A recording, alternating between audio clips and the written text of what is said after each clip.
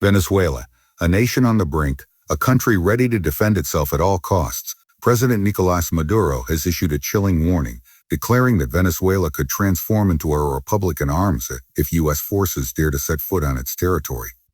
Warships are on the move. Tensions are soaring. And in the eye of this storm is none other than Donald Trump, whose administration has sent naval forces toward Venezuela, igniting a confrontation that could reshape the entire region. The world is watching, but few understand the depth of this crisis and the dangerous chess game unfolding off the Venezuelan coast. Body expanded script the U.S. had to anticipate a response. After dispatching warships to the waters near Venezuela, it was inevitable that Caracas would react. What form that reaction would take remained uncertain, but now the answers are emerging. President Nicolás Maduro has not remained silent.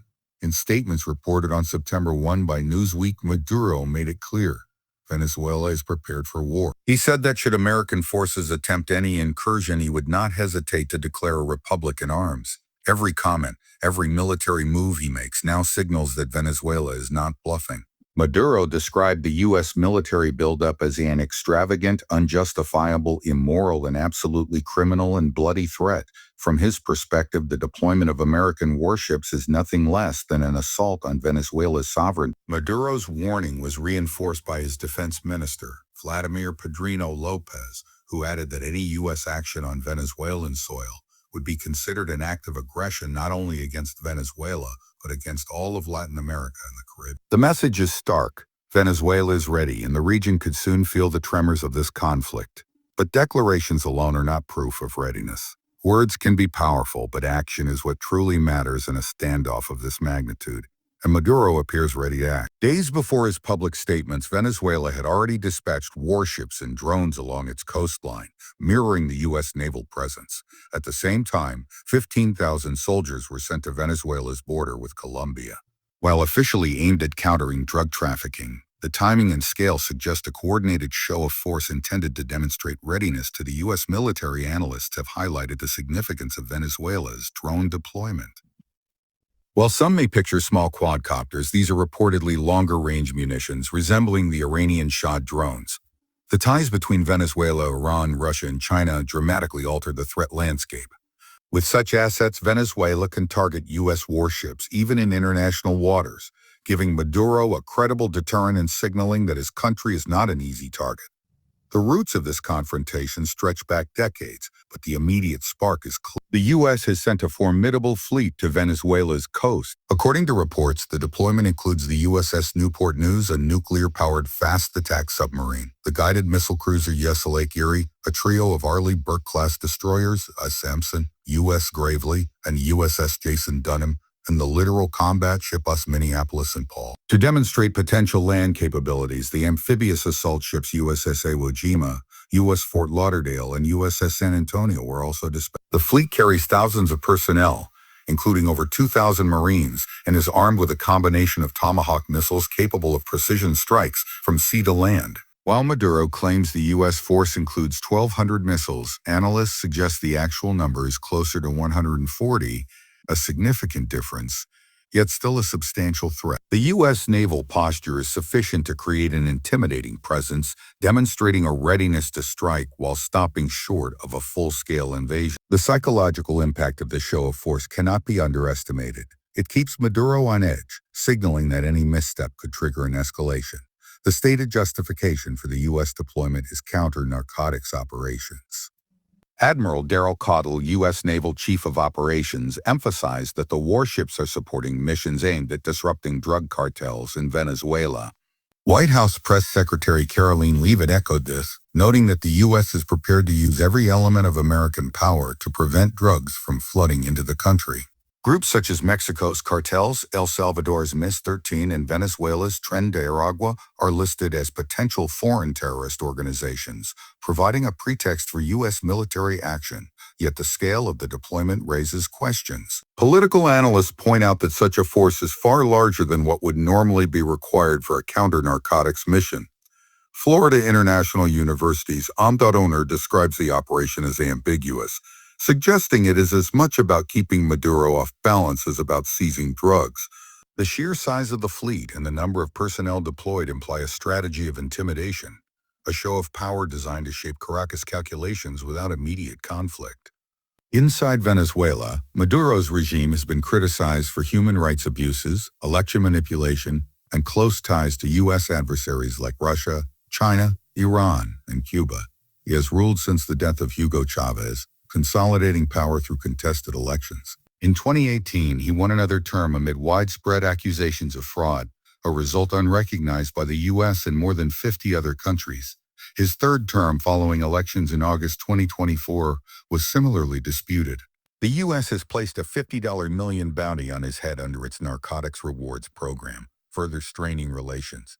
While drug trafficking is cited as the reason for U.S. deployment, some experts question whether Maduro's regime is directly involved in the trade. Venezuelan Congresswoman Blanca Ecout contends that without domestic production or trafficking infrastructure, claims of a drug cartel within Venezuela are unsustainable.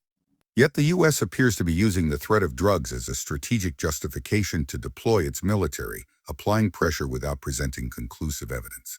The standoff has created a tense equilibrium. Maduro's threats of a Republican arms are matched by the U.S. formidable naval presence. Both sides are sending signals, testing each other's limits and assessing responses. The situation is precarious, with the potential for escalation at any moment. Precision strikes using Tomahawk missiles could target cocaine labs or guerrilla bases in Venezuela, while Maduro's Shahed-style drones could counter U.S. warships. The balance between deterrence and aggression hangs by a thread. Analysts emphasize that the amphibious force is unlikely to enable a full-scale invasion. Venezuela's challenging terrain, mountains, jungles, urban centers would pose severe obstacles to a conventional assault. The U.S. appears focused on a strategy of psychological pressure and limited strikes, rather than immediate occupation. Military commentator Preston Stewart notes that the deployment's primary goal is likely to keep Maduro guessing while maintaining the option for escalation. The human dimension is significant. Maduro's regime has presided over the exodus of nearly 8 million Venezuelans. The country faces internal instability, economic collapse, and social unrest. A confrontation with the U.S. could have devastating consequences for civilians, potentially reshaping South American geopolitics for years. A direct attack, even if limited in scope, could trigger retaliatory measures and regional upheaval. As the crisis unfolds, the world watches. The U.S. continues its naval maneuvers while Venezuela maintains a defensive posture reinforced by warships, drones, and troops. The narrative is clear. Either side is backing down, and both are prepared to escalate if provoked. The ambiguity surrounding objectives, the true extent of Maduro's drug connections, and the potential for targeted strikes leaves analysts and the public uncertain about the next move. In this high-stakes standoff, timing and perception are everything. A misstep by either side could ignite a broader conflict. Precision, diplomacy, and intelligence will shape the outcome, but the specter of confrontation looms large. Venezuela's declaration of readiness, combined with the U.S. strategic positioning, represents a complex interplay of deterrence, intimidation, and potential military action. For now, no land invasion is planned. The U.S. has not indicated any immediate intent to assault Venezuela's shores. What we are witnessing is a tense psychological game, with naval power and military readiness serving as the primary tools of influence. Yet the situation remains volatile. The potential for escalation is real, and the consequences could ripple far beyond Venezuela's borders. In the end, the question is simple yet profound. What will happen next? Will this remain a tense standoff, a calculated exercise in brinkmanship, or will it spiral into active conflict, reshaping the region's political and military landscape? The answer remains uncertain, but one thing is clear. Both Maduro and the U.S. forces are preparing for the possibility of war, and the world is watching, waiting to see whether diplomacy, deterrence, or aggression will prevail. This is not just a story about ships or drones. It's about power, sovereignty, and the fragile balance between nations. It's about the stakes in South America, the reach of U.S. military power, and the determination of a leader who refuses to bow. Venezuela stands at a crossroads, and the next few weeks could determine the fate of the country and its people for years to come. Venezuela has shown it is ready to defend itself. Warships patrol its coast. Drones hover above the waters. Soldiers are stationed along borders. President Maduro has sent a clear message. The Republic in arms is real. The U.S. has responded with overwhelming naval power, projecting its reach and influence in the region. The chessboard is set, every move counts. And as tensions simmer, the world holds its breath. waiting to see whether diplomacy will prevail or whether these waters will become the stage for a historic confrontation.